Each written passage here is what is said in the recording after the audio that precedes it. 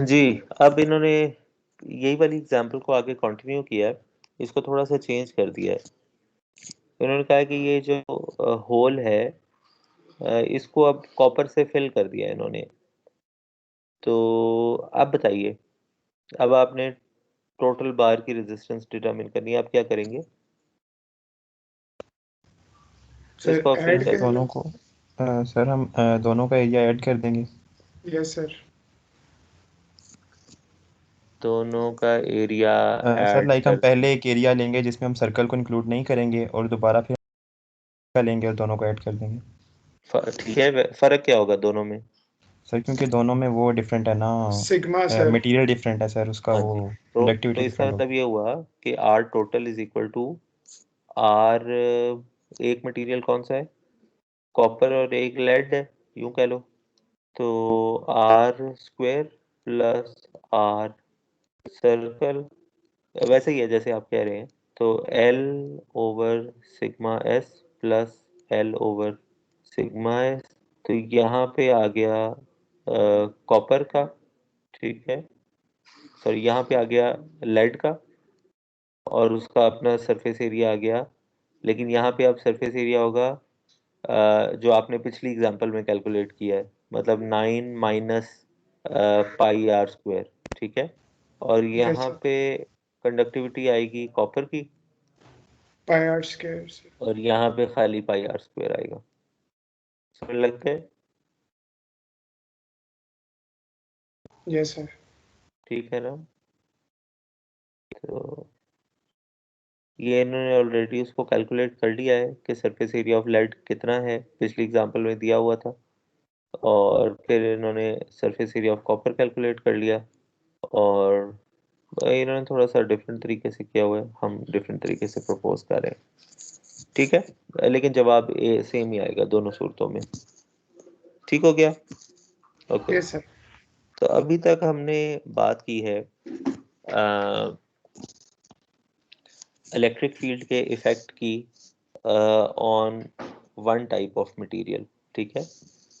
Electrical properties के हवाले से if you remember I told you कि मटेरियल्स की दो कैटेगरीज हैं, एक है कंडक्टर्स और दूसरे कौन से हैं? इंसुलेटर्स। हाँ जी, इंसुलेटर्स। तो इंसुलेटर्स क्या हमारे किसी काम के हैं या नहीं? No sir. ठीक है, तो नॉन कंडक्टर्स में कौन सी ऐसी कैटेगरी है जो कि हमारे काम की है? जो इन बिटवीन आती है कंडक्टर्स और semi non conductor conductors sir. के, वो ठीक है, यानी ये जो नॉन कंडक्टर ये दो में है ना, सेमी कंडक्टर और इंसुलेटर, ठीक है। यस तो सर। ये इंसुलेटर तो हमारे किसी काम के नहीं है, सेमी कंडक्टर हमारे काम के हैं। तो सेमी कंडक्टर को और क्या नाम देते हैं हम? What is this called? Dielectrics. Dielectric, ठीक है। तो हम इस चैप्टर में क्या कर रहे थे? हम इलेक्ट्रिक फील्ड देख रहे थे in the presence of materials, सही है। तो मुझे बताइए कि जब हमने इलेक्ट्रिक फील्ड को अप्लाई किया कंडक्टर के ऊपर, तो क्या हमारे क्या इन्फरेंस थे, हमने क्या कंक्लूड किया? क्यों जनाब?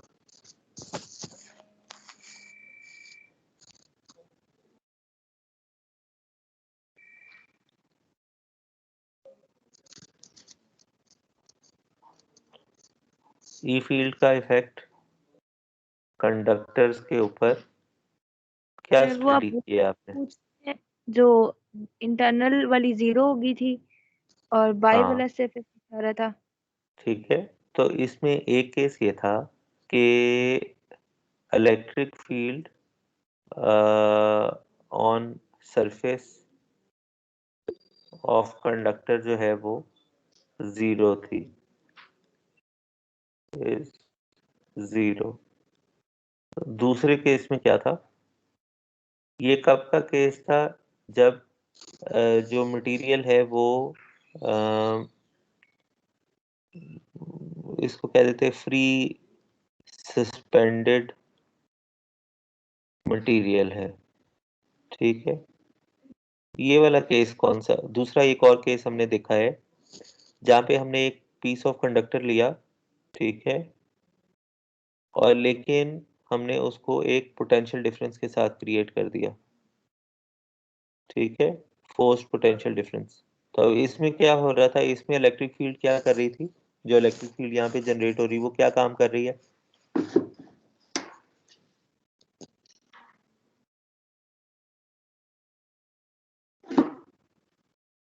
सर पुश एनर्जी कर रही है चार्जेस को। ठीक है, पुश कर रही है चार्जेस को, तो इसका क्या मतलब हुआ कि वो इसमें करंट फ्लो करवा रही है। करंट फ्लो करवा ठीक हो गया ना, सही हो गया। तो अब आप ये देखिए कि ये जो कंडक्टर्स वाला पार्ट है ये हमने पूरा कर लिया सॉर्ट ऑफ। इलेक्ट्रिक फील्ड के कंडक्टर्स के ऊपर दो इफेक्ट हैं। एक इफेक्ट तो ये है कि बिल्कुल कोई इफेक्ट ही नहीं है, ठीक है, on the surface of conductor electric field zero होगी।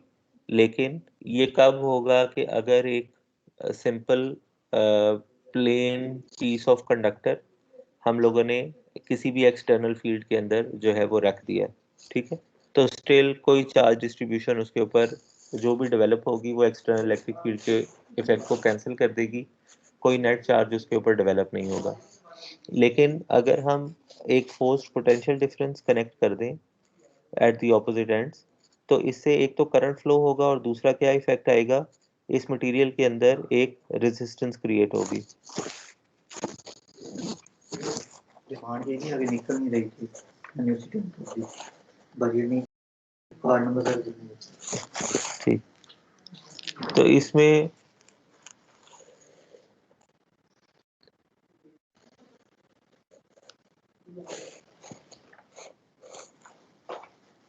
सर वो दूसरा भी नहीं किया हुआ, मैं ढूंढ के देखता हूँ। ठीक है, तो दूसरा इफेक्ट इसमें क्या आएगा, एक तो करंट फ्लो करेगा और दूसरा जो इफेक्ट होगा वो क्या होगा कि रेजिस्टेंस आएगी, ठीक है।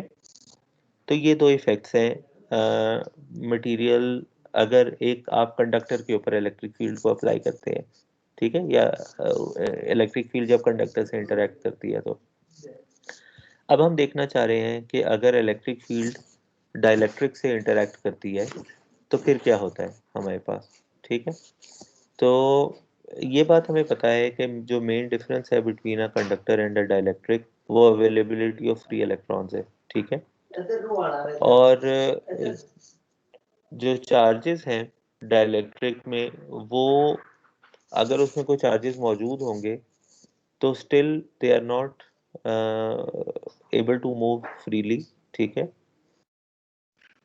लेकिन जब आप चार्जेस को उनके ऊपर इलेक्ट्रिक फील्ड अप्लाई करेंगे तो still I think one can expect कि वो चार्जेस एक जगह से दूसरी जगह डिस्प्लेस ज़रूर होंगे, ठीक है। अगर वो एक आइटम से दूसरे पे डायरेक्टली ट्रांसफ़र नहीं भी हो सकते तो still we can expect some displacement. और देखते हैं कि ये क्या होता है। इसको देखिए,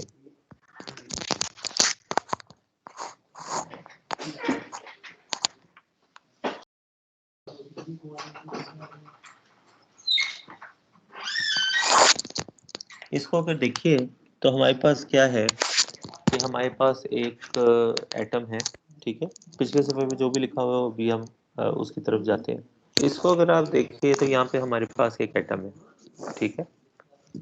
इस तरह से दरमियान में पॉजिटिव चार्जेस है, न्यूक्लियस है और साइड पे इलेक्ट्रॉन्स हैं, ठीक है। जब आपने इलेक्ट्रिक फील्ड को अप्लाई किया, ठीक है, इस डायरेक्शन में, तो हमने क्या कहा था कि इलेक्ट्रिक फील्ड जो है वो क्या करती है, नेगेटिव चार्जेस को अपने साथ कैरी करके लेके जाती है। तो अब उससे क्या हो रहा है कि ये सारे के सारे जो इलेक्ट्रॉन्स है, because they are not able to move freely from one atom to another, तो ये यहाँ से कहीं निकल तो नहीं रहे, लेकिन क्या हो रहा है कि एटलीस्ट इस इलेक्ट्रिक फील्ड के इन्फ्लुएंस में यहाँ पे ये एटम जो है वो डिफॉर्म हो गया है और पॉजिटिव नेगेटिव चार्ज कंसंट्रेशन इस साइड पे हो गई है और नेगेटिव चार्ज कंसंट्रेशन इस साइड पे हो गई है और यहाँ पे कम नेगेटिव चार्जेस रह जाएंगे या पोटेंशियली ये एक पॉजिटिव चार्ज कंसंट्रेशन जो है वो यहाँ पे हो जाएगी, ठीक है। तो अब इससे क्या होगा कि एज इफ ये जो मटेरियल है या ये जो एटम है it would convert into a dipole, ठीक है। तो ओवरऑल इफेक्ट इसका ये आएगा। एक चार्ज कंसंट्रेशन इस साइड के ऊपर हो गई, ठीक है, और एक चार्ज कंसंट्रेशन इस साइड के ऊपर हो गई, ठीक है। तो बेशक नेगेटिव इधर ले आए, पॉजिटिव इधर ले आए, doesn't make too much difference, क्योंकि डाइपोल स्टिल एक स्टैंडर्ड डाइपोल ही रहता है, ठीक है। तो दिस इज व्हाट हैपन्स जब आप इलेक्ट्रिक फील्ड को अप्लाई करते हैं ऑन डाइलेक्ट्रिक मटेरियल्स, ठीक है। इस फिनोमेना को जब इलेक्ट्रिक फील्ड आप अप्लाई करते हैं और ये जो डाइपोल्स क्रिएट हो जाते हैं, इसको हम फिनोमेना को बोलते हैं पोलराइजेशन, ठीक है। Material wise there are two types of dielectric materials,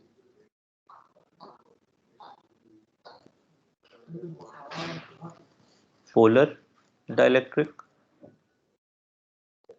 and non-polar dielectric, ठीक है। जो नॉन पोलर डाइलेक्ट्रिक्स होते हैं उनमें वो इस तरह के होते हैं कि उसमें प्रीवियसली कोई डाइपोल एग्जिस्ट नहीं कर रहा होता, लेकिन जब इलेक्ट्रिक फील्ड आप अप्लाई करते हैं तो डाइपोल्स एग्जिस्ट करना शुरू कर जाते हैं उसमें, ठीक है। लेकिन जो पोलर डाइलेक्ट्रिक्स होते हैं वो ऐसे डाइलेक्ट्रिक मटेरियल्स होते हैं जिसमें ऑलरेडी पोल्स एग्जिस्ट करते हैं, ठीक है, ऑलरेडी पोल्स एग्जिस्ट करते हैं। लेकिन जब आप इलेक्ट्रिक फील्ड को अप्लाई करते हैं तो वो जो पोल्स हैं या जो वो डाइपोल्स हैं, डाइपोल्स एग्जिस्ट करते हैं। तो जब आप इलेक्ट्रिक फील्ड अप्लाई करते हैं तो क्या होता है कि इलेक्ट्रिक फील्ड अप्लाई करने से पहले वो डाइपोल्स बिल्कुल रैंडमली ओरिएंटेड होते हैं, ठीक है। जब वो रैंडमली ओरिएंटेड होते हैं तो क्या होता है कि एक डाइपोल दूसरे डाइपोल के इफेक्ट को कैंसिल कर रहा होता है, प्रॉब्ली एक की डायरेक्शन कुछ इस तरह है, दूसरे की डायरेक्शन कुछ इस तरह है, तीसरे की डायरेक्शन कुछ इस तरह है, चौथा कुछ इस तरह है। तो ये इस तरह से ओरिएंटेड हुए होते हैं कि overall there is no charge on the dielectric material. लेकिन जब आप इसके ऊपर इलेक्ट्रिक फील्ड अप्लाई करते हैं तो ये सारे के सारे अपने आप को अलाइन कर लेते हैं सो दैट कि पॉजिटिव चार्ज इस तरफ आ जाए, नेगेटिव इस तरफ आ जाए। ये भी अपने आप को अलाइन कर लेगा पॉजिटिव नेगेटिव, ये भी अपने आप को अलाइन कर लेगा पॉजिटिव नेगेटिव, ये भी, और ये भी अपने आप को पॉजिटिव नेगेटिव, ठीक है। तो ये सारे के सारे अपने आप को अलाइन कर लेंगे with the direction of this incoming electric field. और आप लोग अपना जो इलेक्ट्रोमैकेनिकल सिस्टम का कोर्स पढ़ रहे हैं उसमें अभी आपने आई अज्यूम कि आप यहाँ तक पहुँच गए होंगे कि मैग्नेटिक फील्ड के साथ भी इसी तरह का इफेक्ट होता है कि जो इंटरनल मैग्नेटिक फील्ड है वो एक्सटर्नल मैग्नेटिक फील्ड के साथ अपने आप को अलाइन करने की कोशिश करती है, जिसकी वजह से जब आप स्टेटर के अंदर मैग्नेटिक फील्ड को रोटेट करवाते हैं एक 3 फेज सिस्टम क्रिएट करके, तो जो रोटर है उसकी सिंगल फेज मैग्नेटिक फील्ड होती है। तो वो रोटर की जो मैग्नेटिक फील्ड है वो जैसे जैसे आप इसको मूव करवाते हैं एक्सटर्नल को, तो जो रोटर की मैग्नेटिक फील्ड है वो उसको फॉलो करने की कोशिश करती है। तो जिसकी वजह से आप एक जनरेटर जो है वो क्रिएट करते हैं कि आप इसको जनरेटर के मोटर सॉरी तो एक मोटर आप क्रिएट करते हैं कि आप करंट को मूव करवाते हैं, जो आपकी मैग्नेटिक फील्ड मूव करती है, और जो इसकी मैग्नेटिक फील्ड है वो उसको फॉलो करने की कोशिश करती है, वो अपने आप को अलाइन करती है with that of the external magnetic field, जिसकी वजह से आपके पास एक मोटर एक्शन आता है। तो यहाँ पे भी यही है कि जब आपके पास इलेक्ट्रिक फील्ड आप अप्लाई करते हैं तो जो जितने भी डाइपोल्स हैं वो अपने आप को अलाइन कर लेते हैं सो दैट कि जो एक्सटर्नल इलेक्ट्रिक फील्ड की डायरेक्शन है इसमें भी जो चार्ज डिस्ट्रीब्यूशन है उसकी डायरेक्शन उसी तरह से हो जाए। तो इस चीज को अब हम थोड़ा पढ़ लेते हैं कि क्या लिखा हुआ। Charges in the dielectric are not able to move freely. Consider a dielectric having charge electron cloud जो कि नेगेटिव है और न्यूक्लियस, और क्योंकि दोनों इक्वल अमाउंट ऑफ चार्जेस हैं तो in the absence of any external electric field electrically ये जो एटम है ये न्यूट्रल है, ठीक है। जब आप एक्सटर्नल इलेक्ट्रिक फील्ड अप्लाई करते हैं तो पॉजिटिव चार्जेस जो हैं वो डिस्प्लेस करते हैं नॉर्मल इक्विलिब्रियम पोजीशन से and they try to move in the direction of the electric field, ठीक है। और जो फोर्स उसके ऊपर लगती है वो Q टाइम्स E है, और नेगेटिव चार्जेस जो हैं वो ऑपोजिट डायरेक्शन में होते हैं अगेन Q टाइम्स E। इससे ये होता है कि एक डाइपोल बन जाता है by the displacement of these charges, और जो डाइलेक्ट्रिक मटेरियल है हम कहते हैं कि वो पोलराइज हो गया है, ठीक है। अब उसमें डाइपोल्स क्रिएट हो गए और जो पोलराइज स्टेट है उसमें जैसे हमें नजर आ रहा है नॉर्मल इलेक्ट्रॉन क्लाउड जो है वो डिस्टॉर्ट हो जाता है, ठीक है। तो पॉजिटिव चार्जेस। अब आप ये देखिए कि इफ यू हैव जितने ज्यादा आपके पास डाइपोल्स होंगे, ठीक है, तो उन सारों का जो कंबाइंड इफेक्ट है उसको हम कहते हैं टोटल डाइपोल मोमेंट, ठीक है। अगर आपके पास n डाइपोल्स हैं in a volume small volume delta v, ठीक है, तो हम ओवरऑल पोलराइजेशन डिटरमिन करते हैं जो क्या होगी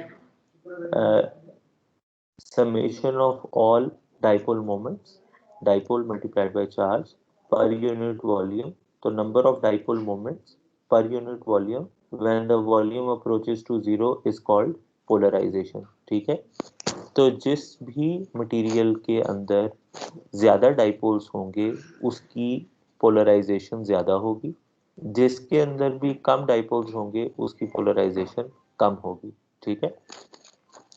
जो नॉन पोलर डाइलेक्ट्रिक्स हैं, जो मैंने आपको पहले बताया कि नॉन पोलर और जो पोलर डाइलेक्ट्रिक्स हैं उसमें मेन फर्क ये है कि जो नॉन पोलर डाइलेक्ट्रिक्स हैं उसमें कोई डाइपोल्स मौजूद नहीं होते और इलेक्ट्रिक फील्ड के एप्लीकेशन की वजह से डाइपोल्स क्रिएट हो जाते हैं।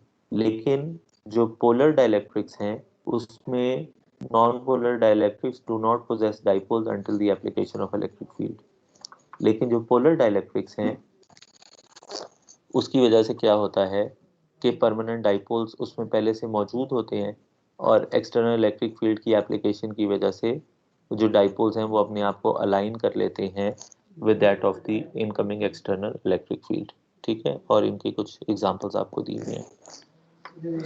अब क्या है कि जब आपने किसी भी डाइलेक्ट्रिक मटेरियल को जब आपने पोलराइज कर दिया तो उस पोलराइजेशन की वजह से डाइपोल्स क्रिएट हो गए। अब प्रीवियसली हमें ये पता है फ्रॉम आवर नॉलेज कि अगर किसी जगह पे डाइपोल्स एग्जिस्ट करते हैं तो उन डाइपोल्स की वजह से externally at some far away point you can find out कि what is the electric field या potential by the virtual presence of dipoles. अब क्या होगा कि ऑलरेडी आपके पास एक एक्सटर्नल इलेक्ट्रिक फील्ड है मौजूद, ठीक है, किसी भी मटेरियल के ऊपर। लेकिन जब ये डाइपोल बन जाएगा या जब ये डाइपोल प्रीवियसली एक डाइपोल ये था एक डाइपोल ये था और ये दोनों एक दूसरे के इफेक्ट को कैंसिल किए हुए थे, ठीक है। लेकिन जब आपने एक्सटर्नल इलेक्ट्रिक फील्ड अप्लाई की तो अब ये दोनों डाइपोल्स ने अपने आप को अलाइन कर लिया, ठीक है।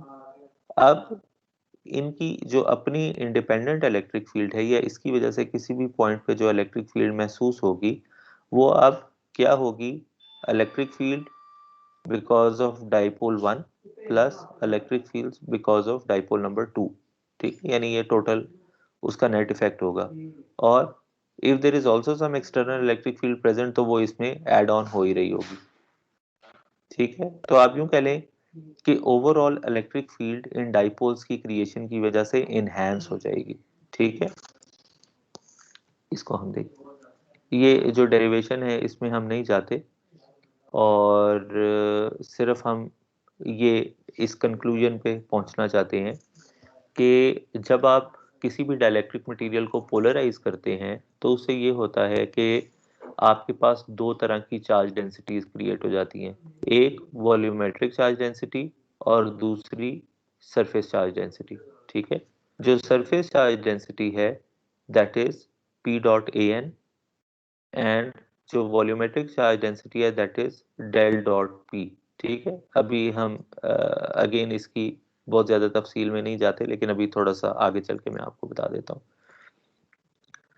तो जब पोलराइजेशन अकर होती है तो हमारे पास एक इक्विवेलेंट वॉल्यूम चार्ज डेंसिटी और एक सरफेस चार्ज डेंसिटी ये दोनों क्रिएट हो जाते हैं, ठीक है। अब आप ये देखिए कि हमें ये बात पता है कि del dot D is equal to rho V, ठीक है। जिसका मतलब ये हुआ कि जितनी ज्यादा इलेक्ट्रिक फील्ड इंटेंसिटी होगी उतने ज्यादा चार्ज डेंसिटी होगी, या चार्जेस होंगे उतनी ज्यादा इलेक्ट्रिक फील्ड इंटेंसिटी होगी। ठीक है, अब यहाँ पे आप देखिए कि ये जो चार्ज डेंसिटी क्रिएट हुई है, ये क्रिएट हुई है बाय वर्च्यू ऑफ पोलराइजेशन। ठीक है, तो यहाँ पे जो रिलेशन हमारे पास आया है वो है, बेशक माइनस साइन इधर ले आए या माइनस साइन इधर ले आए, दिस इज, ठीक है, एक डाइलेक्ट्रिक में जो पोलराइजेशन जब होगी तो उसकी वजह से उसके अंदर एक चार्ज डेंसिटी क्रिएट होगी। ठीक है, और प्रीवियसली वहां पे क्या था कि डाइवर्जेंस का मतलब है कि चार्ज, अगर पॉजिटिव चार्जेस होंगे तो वहां से इलेक्ट्रिक फील्ड जो है वो डाइवर्ज आउट हो रही होगी, और नेगेटिव चार्जेस होंगे तो वहां पे कन्वर्ज हो रही होगी। लेकिन यहाँ पे केस उल्टा है हमारे पास। ठीक है, यहाँ पे हमारे पास केस उल्टा है। दूसरा एक और बात ये कि जो हमारे पास सरफेस चार्ज डेंसिटी है, सरफेस चार्ज डेंसिटी अगेन ये क्रिएट हो रही है बाय वर्च्यू ऑफ पोलराइजेशन। ठीक है, और ये हमें ये बता रही है कि जो हमारा डाइपोल्स की जो भी अलाइनमेंट होगी, जो भी डाइपोल्स की डायरेक्शन होगी, वही इस पोलराइजेशन की डायरेक्शन होगी, पोलराइजेशन के वेक्टर की, और जिस डायरेक्शन में भी इलेक्ट्रिक फील्ड फ्लो कर रही होगी उस सरफेस नॉर्मल के ऊपर एक चार्ज क्रिएट हो जाएगा। ठीक है, तो प्रीवियस केसेस में क्या हो रहा था हमारे पास कि हम चार्जेस की वजह से इलेक्ट्रिक फील्ड क्रिएट हो रही थी। ठीक है, लेकिन अब क्या है पोलराइजेशन के केस में कि जब हमने एक्सटर्नल इलेक्ट्रिक फील्ड अप्लाई की है डाइलेक्ट्रिक मटेरियल के ऊपर, तो पोलराइजेशन की वजह से चार्जेस क्रिएट हो रहे हैं।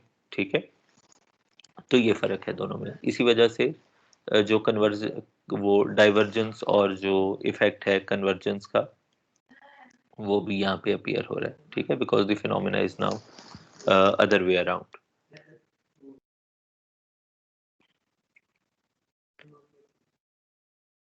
इससे हमारे पास फायदा क्या होगा, देखिए नाउ से फॉर एग्जांपल प्रीवियसली हमारे पास क्या था, previously we had del dot d is equal to rho v। ठीक है, previously we had this। ठीक है, अब क्या है कि हमारे पास जो टोटल चार्ज डेंसिटी है by virtue of this polarization वो चार्ज डेंसिटी इंक्रीज हो गई है। ठीक है, वो क्या हो गई है, रो वी प्लस, अब ये क्या है, ये एक्सटर्नल चार्ज डेंसिटी है जो कि ऑलरेडी एग्जिस्ट कर रही थी। ठीक है, किसी भी जगह पे जिसकी वजह से एक्सटर्नल इलेक्ट्रिक फील्ड क्रिएट हुई थी। लेकिन अब क्या हुआ है कि फर्दर ऑन इस अलाइनमेंट की वजह से मजीद वॉल्यूमेट्रिक चार्ज डेंसिटी क्रिएट हुई है, जिसकी वजह से जो इलेक्ट्रिक फील्ड है वो इनहेंस हो गई है। जो आपको मैंने कहा था कि already you have an external electric field, जब आपके पास डाइपोल्स अलाइन हो जाएंगे तो प्रीवियसली अगर किसी पॉइंट P के ऊपर इलेक्ट्रिक फील्ड की वैल्यू E थी, तो अब वो बढ़ के क्या हो जानी चाहिए, E plus electric field because of these dipoles. ठीक है, तो अब इसका और इसका कंबाइंड इफेक्ट आपको यहाँ पे फील होगा। ठीक है, तो इसको देखने के लिए वो इफेक्ट कितना होगा, हम ये कहते हैं कि previously we had this charge density जिसकी वजह से इलेक्ट्रिक फील्ड क्रिएट हुई थी, नाउ वी हैव दिस।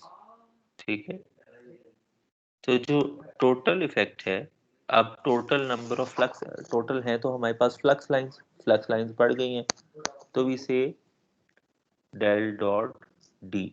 ठीक है, तो अब हम टोटल चार्ज डेंसिटी को डेल डॉट डी के इक्वल पुट कर लिया। इसको थोड़ा सा मैनिपुलेट हमने किया, रो वी को हम एक तरफ लिया है एंड दिस इसको हम यहाँ पे ले आए। ठीक है, now if you look at it, जो प्रीवियस इक्वेशन है हमारे पास उसके अंदर this is equal to minus del dot P. ठीक है, जब उसको हमने यहाँ पे सब्स्टिट्यूट किया तो this is now what we got. अब आप ये देखिए कि आपकी एक डाइलेक्ट्रिक मटेरियल के अंदर आपकी नंबर ऑफ फ्लक्स लाइंस जो हैं वो क्या हो गई हैं, इंक्रीज कर गई हैं बाय द अमाउंट P। ठीक है, जितनी भी पोलराइजेशन होगी, जितने भी ज्यादा नंबर ऑफ डाइपोल्स होंगे, उतनी ज्यादा इलेक्ट्रिक फ्लक्स डेंसिटी या number of electric field lines increase कर जाएंगी। प्रीवियसली खाली इन चार्जेस की वजह से फ्लक्स डेंसिटी इंक्रीज कर रही थी, एग्जिस्ट कर रही थी, लेकिन now because we have more dipoles because of the dielectric material, तो हमारी जो फ्लक्स डेंसिटी है that has increased as well because now we have some additional charge density.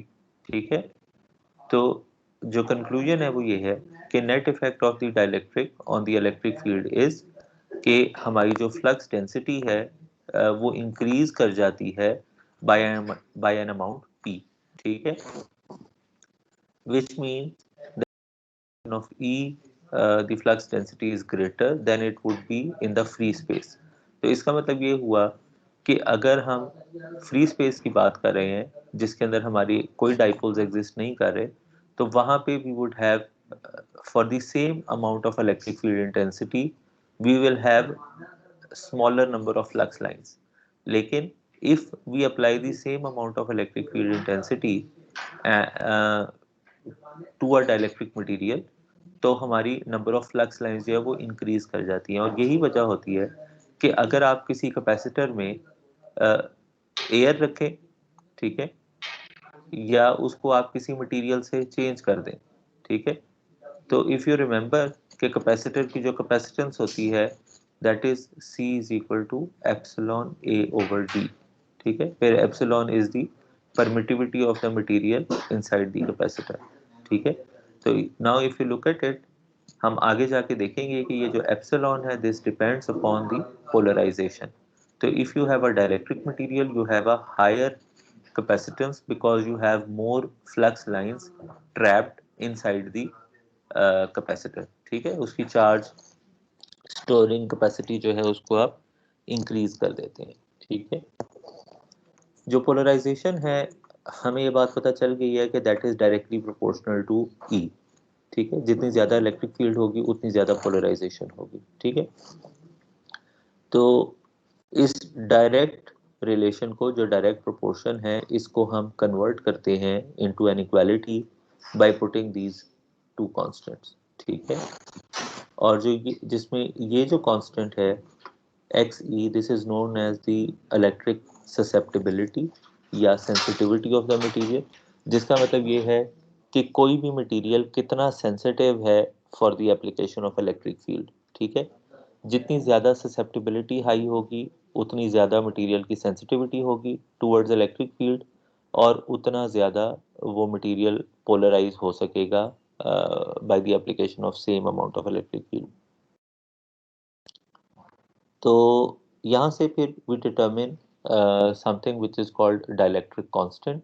We start from this relation which is D is equal to epsilon E plus P, और P की जो पीछे value हमने कही है उसको हम यहाँ पे सब्स्टिट्यूट करते हैं। जब हम ये काम करते हैं तो now we introduce another term 1 plus XE which we call as relative permittivity। ठीक है, now this is the permittivity of free space and this is the relative permittivity of any material that we use apart from free space। ठीक है, तो different materials have different relative permittivities। जो air है उसकी relative permittivity 1 है, and you have synthetic materials and natural materials as well जिनकी परमिटिविटीज जो है वो 10 या उससे ऊपर भी जाती हैं, तो वेरी हाई परमिटिविटी वैल्यूज। ठीक है, तो अब आप ये देखिए कि आपकी जो फ्लक्स डेंसिटी है वो उतनी ही मैनीफोल्ड इंक्रीज कर जाएगी जितनी ज़्यादा आप हाई परमिटिविटी मटेरियल करेंगे। ठीक है, और इसको हम रिलेटिव इस वजह से कहते हैं because the permittivity of the material जो कि टोटल परमिटिविटी है it is relative to the permittivity of free space. ठीक है, तो that's why we call it relative permittivity। Dielectric constant या relative permittivity, और बस एक और चीज़ रह गई हमारी, which is called dielectric strength. Dielectric strength का मतलब ये है, हमने ये कहा, इस बात से शुरू किया कि एक डाइलेक्ट्रिक मटेरियल में there is no possibility of electrons to move freely. लेकिन अगर आप इलेक्ट्रिक फील्ड इंटेंसिटी को, जो एक्सटर्नल इलेक्ट्रिक फील्ड है जिसको आप अप्लाई कर रहे हैं, अगर आप आहिस्ता आहिस्ता उसकी स्ट्रेंथ को इंक्रीज करना शुरू कर दें तो देर देर कम्स अ पॉइंट, जिस पॉइंट के ऊपर जो इलेक्ट्रॉन्स हैं वो एटम्स से डिसइंटीग्रेट हो जाते हैं, यानी वो एटम डिसइंटीग्रेट हो जाता है और जो इलेक्ट्रॉन्स है वो फिर फ्रीली मूव कर लेते हैं। तो ये जो पॉइंट होता है, इस पॉइंट को हम कहते हैं कि डाइलेक्ट्रिक ब्रेकडाउन हो गया है, ठीक है। या अदर वर्ड्स, हम इसको इस तरह से भी क्वांटिफाई करते हैं कि किसी भी डाइलेक्ट्रिक मटेरियल की कितनी स्ट्रेंथ है इन टर्म्स ऑफ कि वो कितनी इलेक्ट्रिक फील्ड को सस्टेन करवा सकता है बिफोर ब्रेकिंग डाउन, ठीक है। तो dielectric breakdown occurs in all materials, glasses में, गैसेस में, लिक्विड्स में, सॉलिड्स में, ठीक है। और ये डिपेंड करता है नेचर ऑफ द मटेरियल पे, टेम्परेचर के ऊपर, ह्यूमिडिटी के ऊपर and amount of the time for which electric field is applied. तो ठीक है, तो आई थिंक हम यहाँ तक ही इसको रखते हैं, ठीक है, यहाँ तक हम इसको रखते हैं। अगर कोई सवाल है तो प्लीज मुझे बता दीजिए।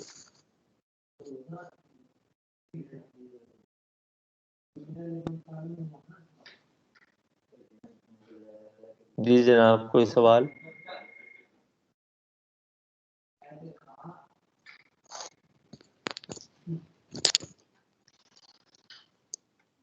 जी बच्चों, कोई नो सवाल? सर। चलो ठीक है बेटा, फिर आप लोग अपना ख्याल रखिएगा और दुआओं में याद रखिएगा। हमारी मुलाकात होगी इंशाल्लाह मंडे को। तो मंडे को हम देखेंगे कि अगले वीक में काफ़ी सारी हम कुछ एग्जांपल्स करेंगे और फिर नेक्स्ट वीक में उम्मीद है कि ये चैप्टर हम कंक्लूड कर लेंगे, ठीक है।